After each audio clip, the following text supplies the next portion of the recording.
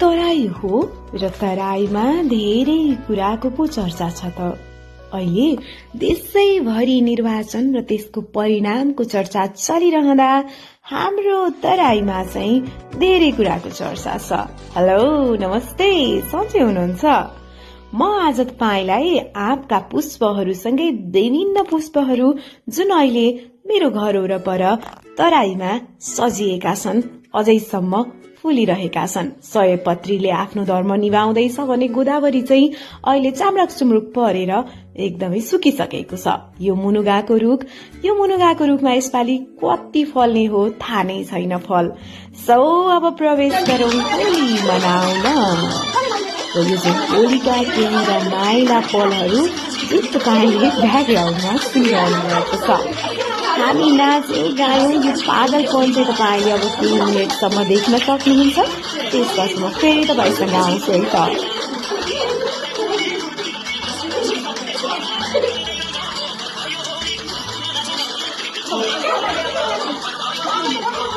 यो बेलाको यसलाई चाहिँ मैले ट्र्याक्समा एकदम स्पिड बढाएको छु, किन भन्दाखेरि रमाइलो गरौँ न भनेर हामीले चाहिँ होलीको दिन चाहिँ फागु पूर्णिमा चाहिँ मनायौँ। कसरी मनायौँ है तर अनि हामीसँग चाहिँ कैलालीबाट एकजना हाम्रो सदस्य हुनुहुन्छ अनि उहाँले चाहिँ देउडामा पनि नचाउनु भयो है। हामीलाई खासै नाच्न त आउँदैन तैपनि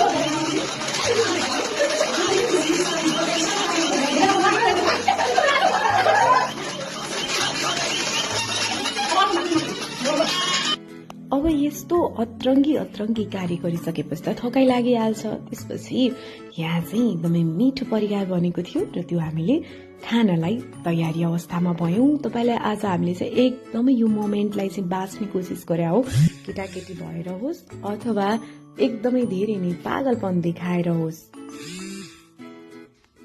हामीले फोटो खिच्यौं। अब खाइसकेपछि केही सम्झना त चाहियो भनेर अनि त्यसपछि हामीले चाहिँ स्टाइलले चाहिँ मान्छे खुसी हुन्छ त स्टाइल खोजिरहेको थियौं अनि धेरै कुराहरू बिर्सिसकेका रहेछौं, रमाउने कसरी हाँस्ने कसरी भनेर।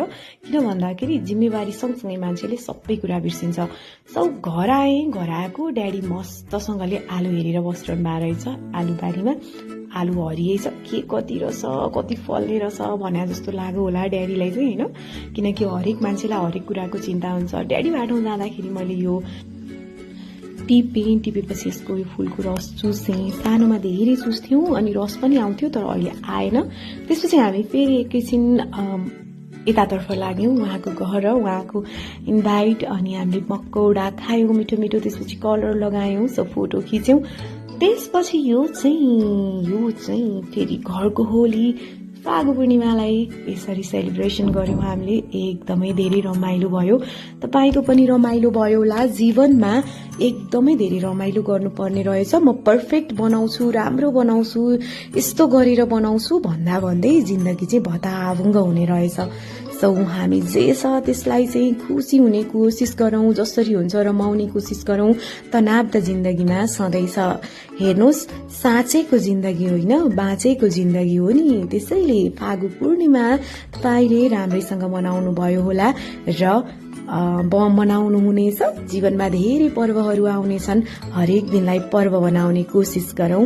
सबैजनालाई फागु पूर्णिमाको अत्याधिक धेरै धेरै धेरै शुभकामना छ।